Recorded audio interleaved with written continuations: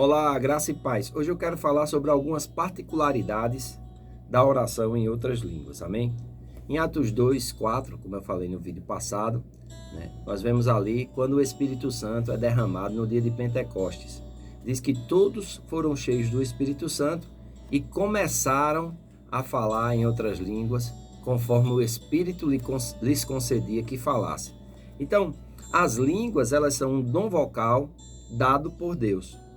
Como nós vimos, o Espírito Santo concedia que eles falassem, e a palavra grega aqui traduzida por concedia é didome, que pode ser entendida como dar algo a alguém, suprir, fornecer as coisas necessárias, segundo o dicionário de Strong's. Então, é importante nós entendermos que as línguas, elas são concedidas pelo Espírito Santo, e isso deve ser cultivado e praticado pelos crentes, amém? Primeiro, como uma prática particular na comunhão do crente com Deus.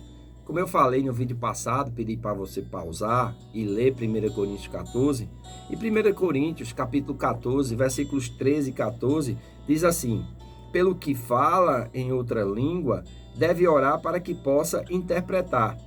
Porque se eu orar em outra língua, o meu espírito ora de fato, mas minha mente fica infrutífera. Veja o que o apóstolo Paulo está dizendo aqui. A oração é entre o homem e Deus, não do homem para com os homens. Então, falar em línguas na vida particular da oração é um meio de edificação espiritual. E o apóstolo Paulo diz que aquele que fala em outra língua, ele pode orar para interpretar. Por que orar para interpretar? Porque no versículo 2 de 1 Coríntios capítulo 14, ele diz: o que ora em outras línguas fala a Deus e não aos homens. E diz: e em espírito fala mistérios. As pessoas na igreja criou essa história, né? Tudo que elas não entendem, tudo que elas não conhecem, elas dizem assim: isso é um mistério. Mas nós precisamos entender que através de Cristo Jesus e pelo derramamento do Espírito Santo, os mistérios que Deus havia ocultado no Velho Testamento, eles foram revelados através do Novo Testamento, né? A profecia não é dada mediante a vontade do homem, mas Deus inspirou esses homens para que falassem as palavras de Deus. Então, o Novo Testamento está oculto no Velho Testamento, porém ele é a revelação do Velho Testamento. Se você for observar, tudo que Jesus fez, praticou e falou, ele fez alinhado com o que estava escrito a respeito dele no Velho Testamento. Muitas das profecias, Jesus, ao contemplar e viver a sua vida e ensinar e fazer essa transição da velha para a nova aliança, ele cumpriu todas as profecias que estavam escritas a respeito dele. Então, o apóstolo Paulo, o apóstolo Pedro, João, Lucas, Mateus, Marcos, Judas, todos aqueles, Tiago, que foram levantados por Deus para trazer as informações que estão ali nos 27 livros do Novo Testamento, eles foram levantados por Deus para fazer conhecido o mistério que estava oculto. Então, a oração em outras línguas, ela faz com que nós tenhamos acesso ao conhecimento da mente de Deus e possamos entender a palavra de Deus. Amém? Uma outra coisa que nós precisamos cultivar e praticar a oração em outras línguas. É também quando nós estivermos na igreja, ou em reuniões com outros crentes. 1 Coríntios capítulo 14, versículo 27 e 28 diz assim: no culto público, no caso de alguém falar em outra língua, que não sejam mais que 2, ou quando muitos 3, e isso sucessivamente, e haja quem interprete. Não havendo intérprete, fique calado na igreja, fale consigo mesmo e com Deus. Amém? Então, falar em línguas no culto público é o falar aos homens algo da parte de Deus.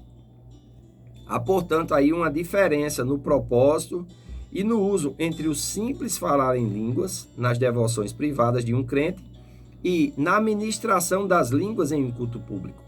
Entretanto, a essência das línguas é a mesma em ambos os casos. O Espírito Santo, ele é a fonte, mas a oração em outras línguas que nós dizemos para o culto particular é para que haja edificação, enquanto que no culto público ela precisa que seja interpretada para que seja feita a edificação de todos que estão ouvindo, amém? Isso nós vamos ver numa outra série que nós vamos falar sobre as manifestações do Espírito, e nós vamos ver que a oração em outras línguas no culto público, ela tem um fim proveitoso. Não é a oração em línguas da oração, que isso é para todo crente, amém? A oração em línguas por culto público, a gente vai ver que ela tem um diferencialzinho, e as pessoas muitas vezes, na leitura de 1 Coríntios capítulo 14, eles acabam não entendendo essa diferenciação entre o dom de línguas e a interpretação de línguas, que é igual à profecia, e são os 3 dons vocais do Espírito Santo, e o simples falar em língua, onde seu espírito está em comunhão com Deus, você está falando mistério a Deus, ninguém entende, mas você pode também orar para interpretar essas línguas para sua edificação pessoal, amém? E a importância do orar em outras línguas.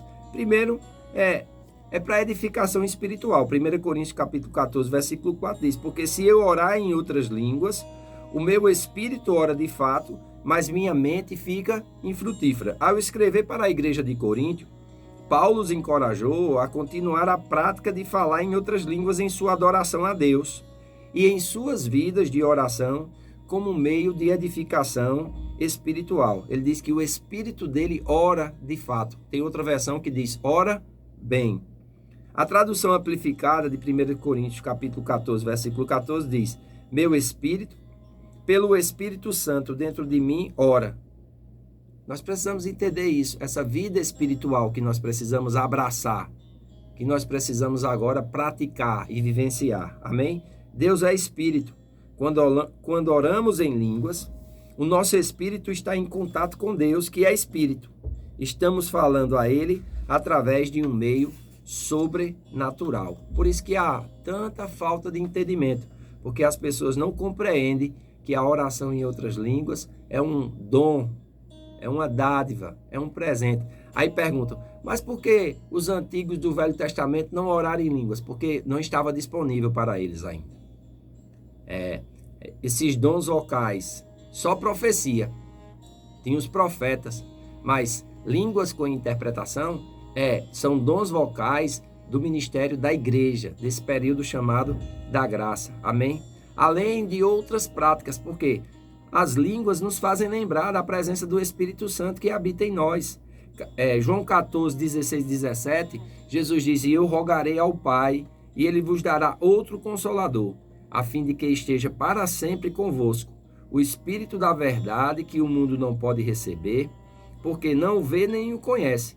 Vós o conheceis, porque Ele habita convosco e estará em vós. No Velho Testamento, o Espírito Santo ele vinha sobre uma classe diferenciada de pessoas: o profeta, o rei e o sacerdote, sobre alguns levitas, sobre alguns artesãos para a confecção do templo. Então ele vinha sobre, ungia para aquele ofício, depois saía. Eles não tinham ainda nascido de novo, eles não tinham ainda o Espírito recriado.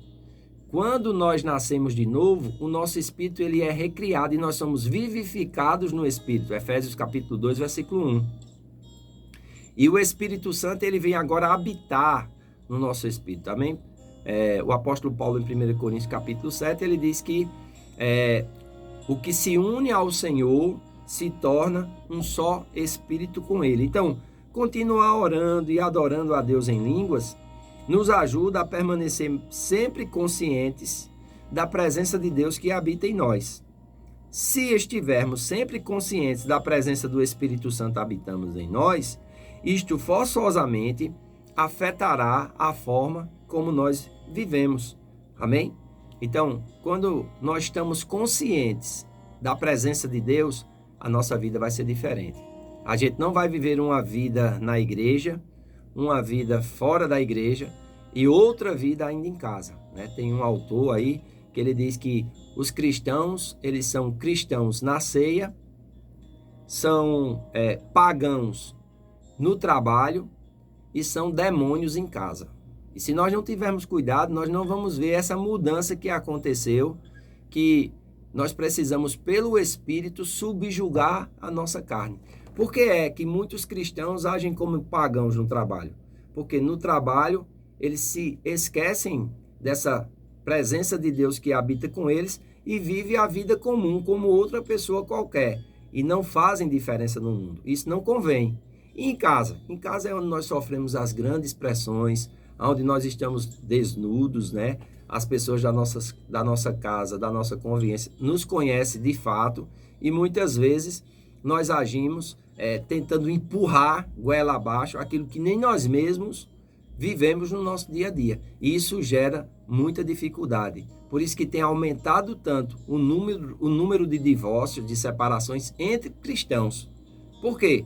Por falta de renovação da mente, por falta de subjugar a carne. E por que é que muitos não renovam a mente e não subjugam a carne? Porque não exercitam essa oração, esse tipo de oração, e não ficam alertas dessa percepção da presença de Deus que habita conosco. Amém?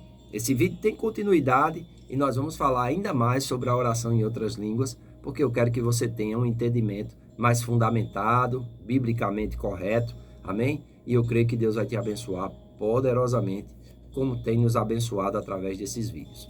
Eu faço votos por tua prosperidade e saúde, assim como tua alma prospera. Que Deus te abençoe e até o nosso próximo vídeo.